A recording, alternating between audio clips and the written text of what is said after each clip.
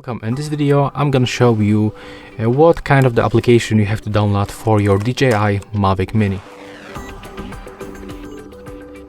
Okay, so it looks the same for iPhone and Android devices.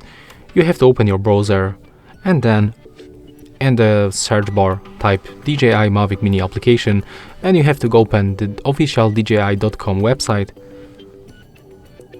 And as you can see right here, you will find the APK file to get this application for this device. So simply click on this button. Right now click to download anyway, and now just be patient and wait until it will be finished. If you don't know how to connect this to devices, you can find another video on our YouTube channel.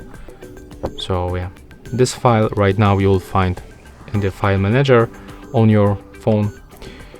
So that's all for this video. If you find it helpful, remember to leave a like, comment and subscribe.